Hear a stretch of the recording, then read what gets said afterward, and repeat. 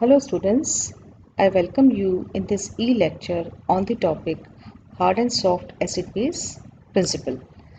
In the previous lecture, we went through the classification of species as hard and soft acids and bases.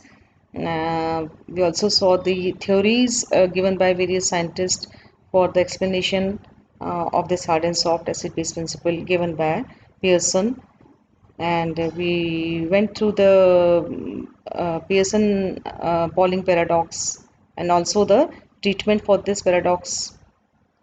We saw so many application part of this principle in day-to-day chemistry.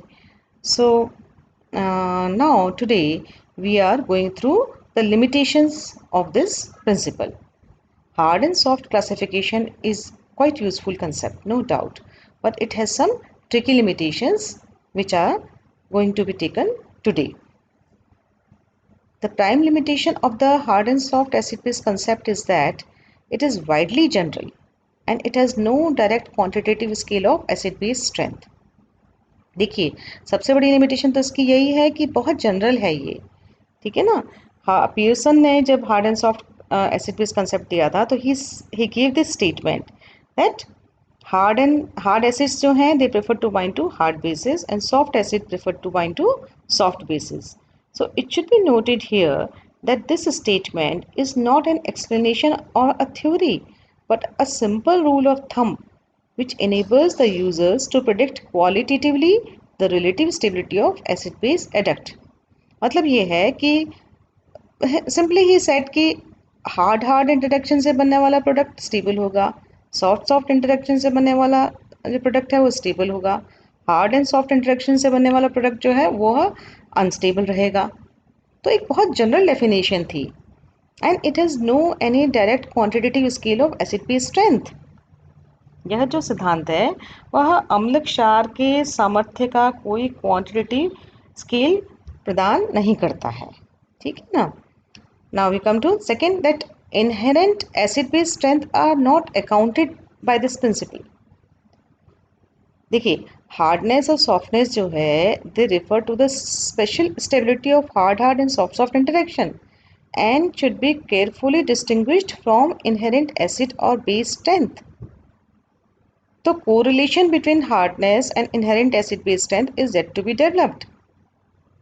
Hydroxyl and fluoride ion जो हैं दोनों hard basis हैं, लेकिन hydroxyl ion की basicity fluoride ion से 10^13 times greater है. It is मतलब more stronger base. तो यह हम इस प्रिंसिपल की सहायता से एक्सप्लेन अभी तक नहीं कर पाए. Interpretation of different reactions by splitting the participants into acid base fragment is quite arbitrary to some extent. The reaction between ethanol and acetic acid may be interpreted for esterification in two ways. देखिए, पहली reaction है और दूसरी reaction है. तो हमें पता है कि hard and soft acid base के द्वारा कुछ नोन रिएक्शन को समझने के लिए हम जो है अणुओं के अम्ल क्षार में ऐसे हम फ्रेगमेंटेशन पे विचार करना पड़ता है जो कि कभी कभी ज्ञात अम्ल क्षार व्यवहार के तथ्यों के विपरीत होता है, ठीक है ना. तो जब हम इसका एस्टिफिकेशन प्रोसेस को कंसिडर करते हैं तो एसिड और अल्कोहल का जो आयनाइजेशन है, ठीक है ना, वह ब्रेक 2 के अनुसार मानते हैं, है ना.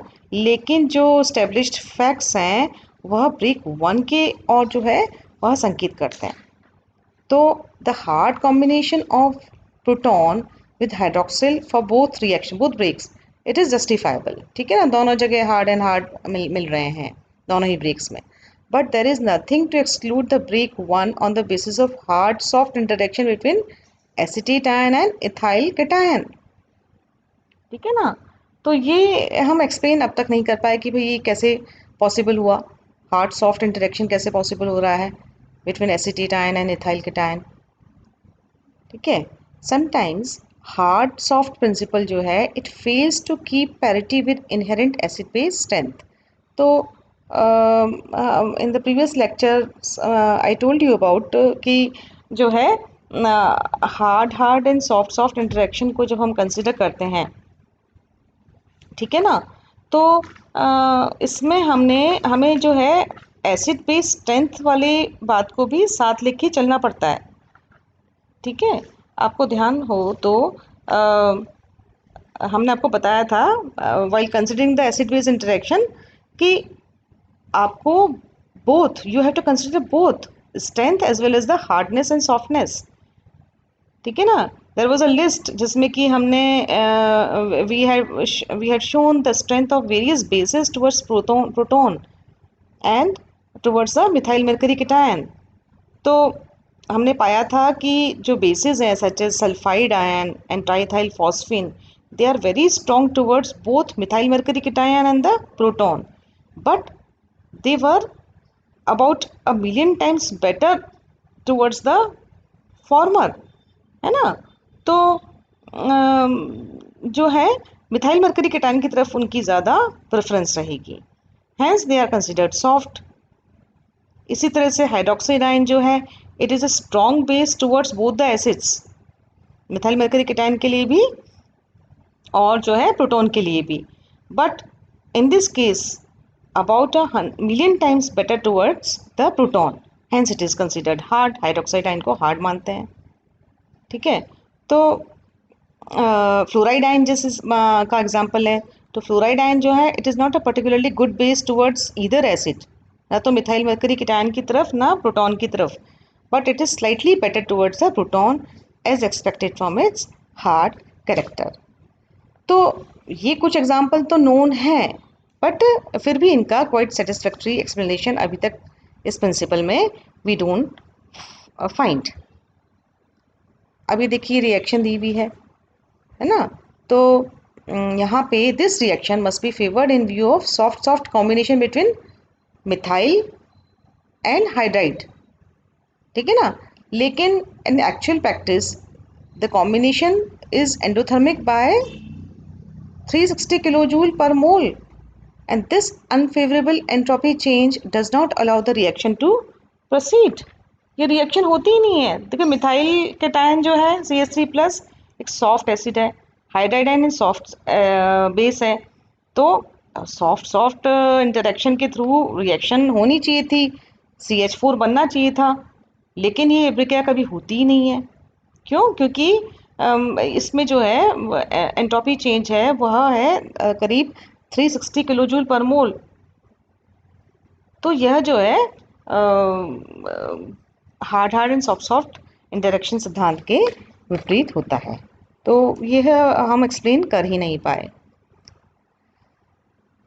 In favor of the reaction, the explanation may be termed in terms of the greater acidity of proton related to methyl cation, ठीक है ना, कि मिथाइल कैटायन की तुलना में हाइड्रोजन की अधिक अम्लता के कारण यह हो सकता है ना, लेकिन यह hard and soft acid base interaction के विपरीत है।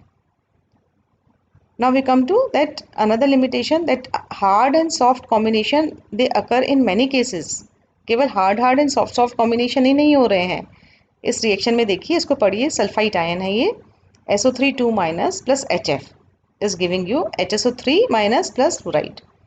Here it appears that the soft base SO3 2 minus has replaced the hard base from HF and it combines with hard acid proton। ध्यान दीजिए कि यहाँ पे सॉफ्ट बेस जो है सल्फाइड SO3 2 माइनस आयन जो है it must be stronger than the hard base fluoride. ये हमें पता है, ये आपको हमने पहले लेक्चर्स में बताया हुआ है। So with this few illustrations it is worth to recall R.G. Pearson who says that it should be stressed that the hard and soft acid base principle is not a theory but it is a mere statement about experimental facts। तो ये सब जो है हमें पता है कि theories जो हैं हम दे सकते हैं किसी के बारे में, लेकिन उनका जो है जब हम एक्सपेरिमेंटल एनालिसिस करते हैं तो एक्चुअली जो है hard and soft acid base सिद्धांत को हम ये कह सकते हैं कि ऐसा सिद्धांत है जो कि प्रायोगिक तथ्यों पर आधारित है ना, एक्सपेरिमेंटल फैक्ट्स पे आधारित है। और जो प्रायोगिक तथ्य इस सिद्धांत से मेल नहीं खाते हैं उसको हम किसी और प्रिंसिपल के आधार पर समझा सकते हैं। ठीक है ना। तो कई तथ्यों की व्याख्या करने के बावजूद hard and soft acid base principle की अपनी लिमिटेशंस हैं। और केमिस्ट्री में कोई भी थ्योरी जो है वह सब चीज़ को एक्सप्लेन कर पाए ये ज़रूरी नहीं है।